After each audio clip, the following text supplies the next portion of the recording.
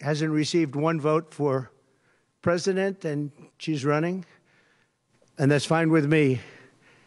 But we were given Joe Biden, and now we're given somebody else. And I think, frankly, I'd rather be running against the somebody else. But that was their choice. They decided to do that because Kamala's record is horrible. She's a radical left person at a level that nobody's seen. She picked a radical left man that is, he's got things done that he has positions that are just not, it's not even possible to believe that they exist. He's going for things that nobody's ever even heard of. Heavy into the transgender world, heavy into lots of different worlds having to do with safety. He doesn't want to have borders. He doesn't want to have walls. He doesn't want to have any form of safety for our country. He doesn't mind people coming in from prisons, and neither does she, I guess, because she's not, she couldn't care less. She's the border czar. By the way, she was the border czar 100%. And all of a sudden, for the last few weeks, she's not the border czar anymore, like nobody ever said it. And I just hope that the media becomes more diligent, more honest, frankly, because if they're not going to be honest, it's going to be much tougher to bring our country back. We have a very, very sick country right now. You saw the other day with the stock market crashing. That was just the beginning. That was just the beginning. It's going to get worse. It's going to get a lot worse, in my opinion.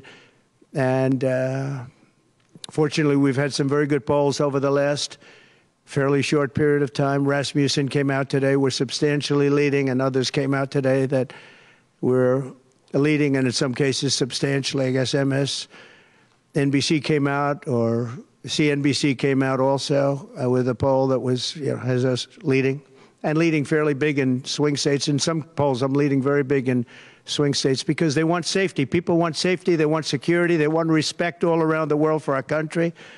They don't want this horrible culture that is developing, a culture of no common sense. It's really a culture of no common sense, and it's not what anyone wants. We want to have a safe country. We want to have a strong military. We want low interest rates, and we want to be able to have the American dream. We want to be able to have our youth be able to buy homes, housing, get good jobs. And we're really just at the opposite right now. It's so sad to see. But as a border czar, she's been the worst border czar in history, in the world history. I think the number is 20 million, but whether it's 15 or 20, it's numbers that nobody's ever heard before.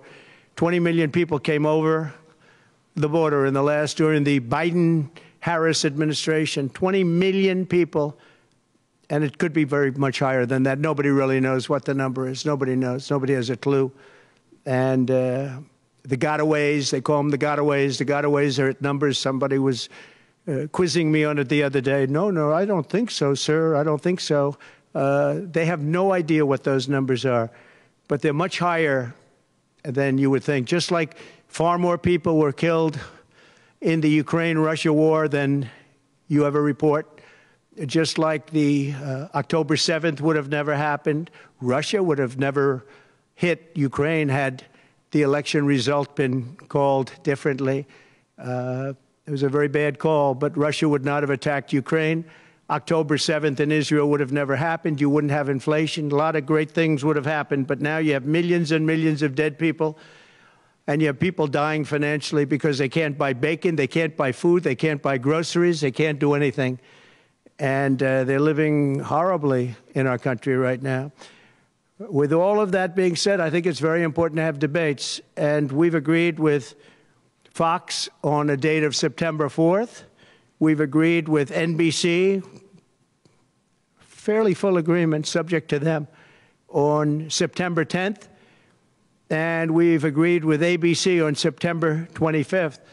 So we have those three dates, and those networks, they're very anxiously awaiting that date and those dates. So we have September 4th, September 10th, and September 25th. We have spoken to the heads of the network, and it's all been confirmed, other than some fairly minor details.